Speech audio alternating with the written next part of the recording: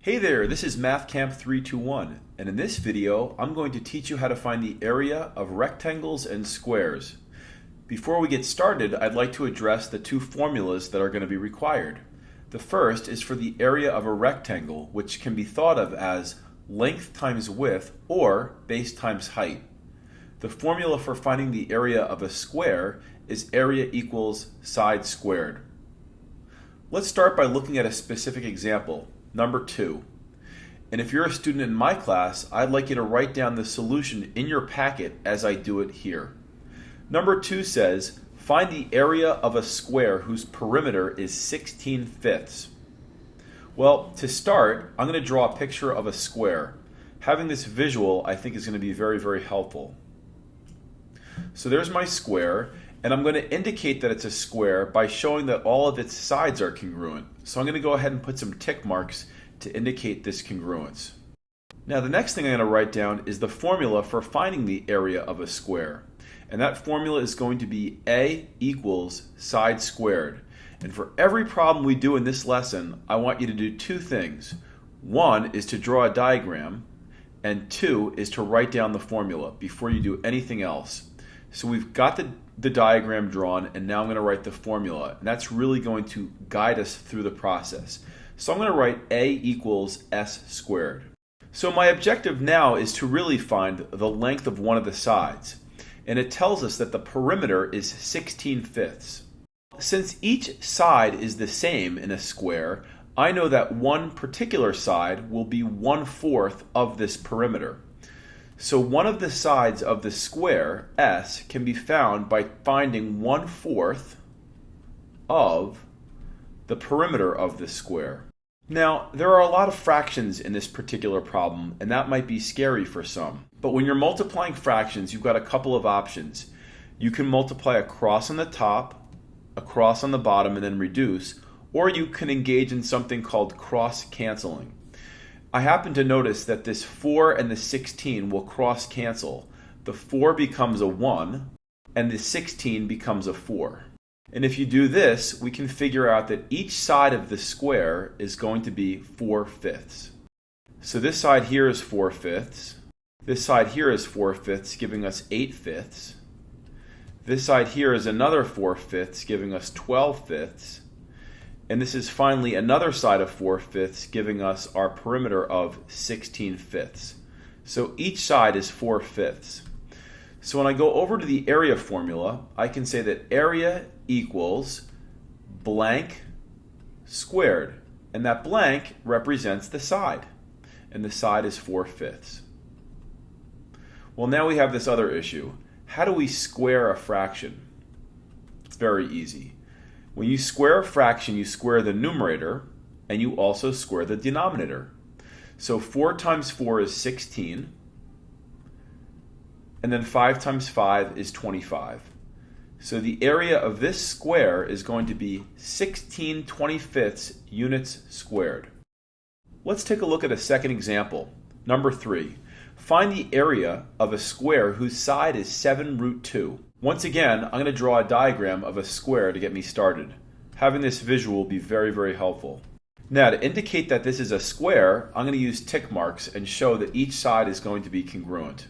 Now, it tells me that each side is 7√2, so I'm going to go ahead and label a couple of those sides. To label them all isn't necessary. But I'm going to label this guy here 7√2 and this 7√2.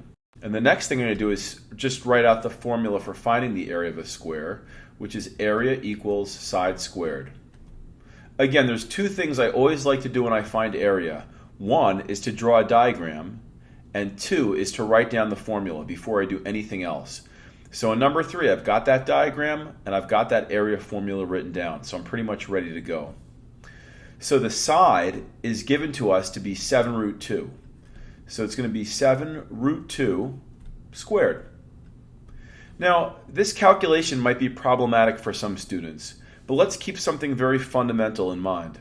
When you're squaring something, you're multiplying the thing by itself. So if that helps, write it out as 7√2 times 7√2, because when you're squaring something, you're multiplying the thing times itself. Now, if you want to, you can reorder this. and put the two 7s out in front, 7 times 7, and then you can put the two root 2's in the back.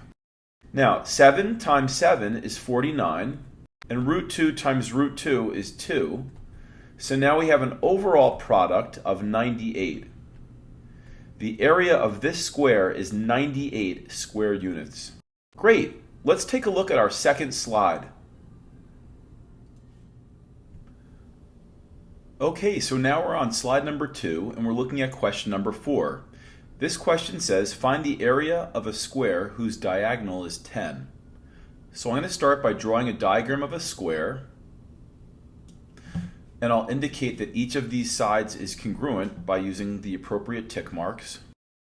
Now I'm going to go ahead and do one other thing, and that is to represent the fact that this is a square with the right angle symbol at the bottom corner here.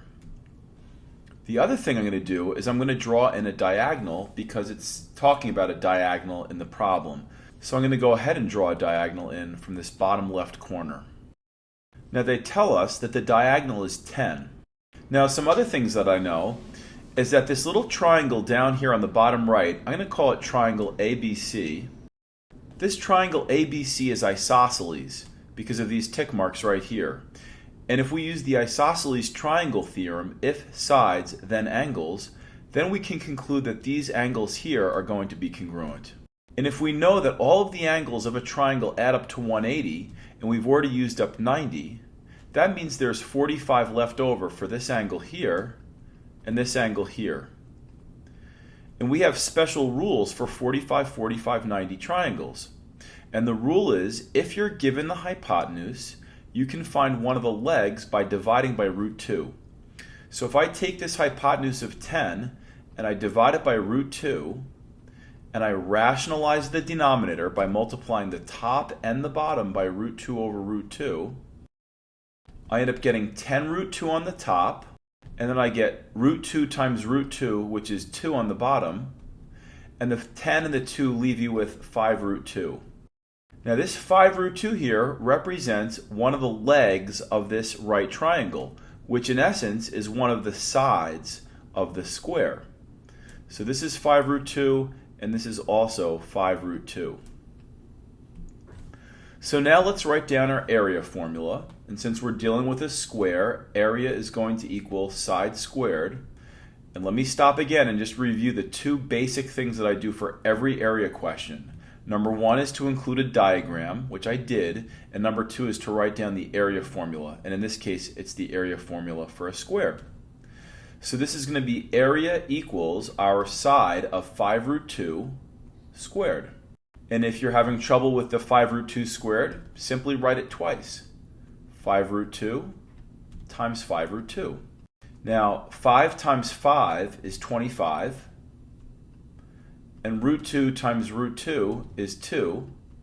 So in the end, we get a product of 50. This particular square has an area of 50 square units, or 50 units squared.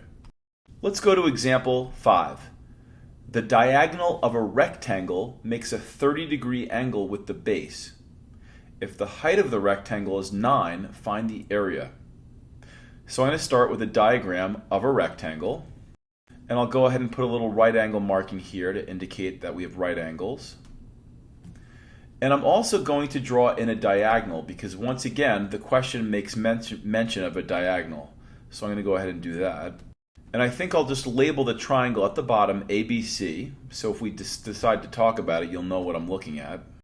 So it says the diagonal of a rectangle makes a 30-degree angle with the base. So I'm going to call this angle here 30 degrees, and it tells us that the height of the rectangle is 9.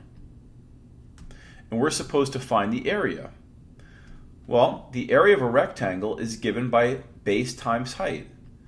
So I'll start by writing that formula down, base times height, and I'm going to go ahead and put little blanks for each of those.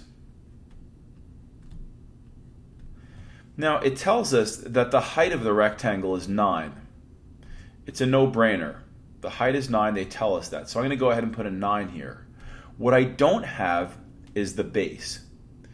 But what I do have is a 30, 60, 90 right triangle. If this angle is 30 and this angle is 90, that forces this angle to be 60. And there are special rules for 30, 60, 90. And this side here, 9, happens to be the short leg, so I'll put a little SL there. And the side opposite 60 is the long leg, so I'll put LL there. And to go from the short leg to the long leg, we multiply by root 3. So 9 times root 3 is simply 9 root 3. And guess what? We just found the base of this rectangle. So the base is 9 root 3. And if we multiply the 9's together, we get 81. And then we have this root 3 that's left over. So overall, the area of this rectangle is 81 root 3 square units. Great, let's move on to the third slide.